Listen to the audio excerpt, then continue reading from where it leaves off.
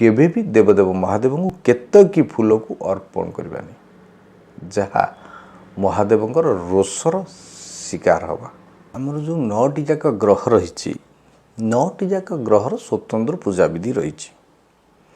आम जदि सूर्य को शांति करने आम देवदेव महादेव को पूजा करवा तेबे महू रे अभिषेक करवा जदि शुभ फल मिल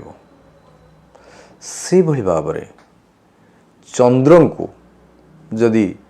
शांत करने आम देवदेव महादेव को पूजा करवा तेबे रूपार चांदी अर्पण करने सहित एक वर्णी गाईर क्षीर मिठा क्षीर जदि अर्पण करा जाए राशि मिसेक तेबे चंद्र मध्य शांति होती।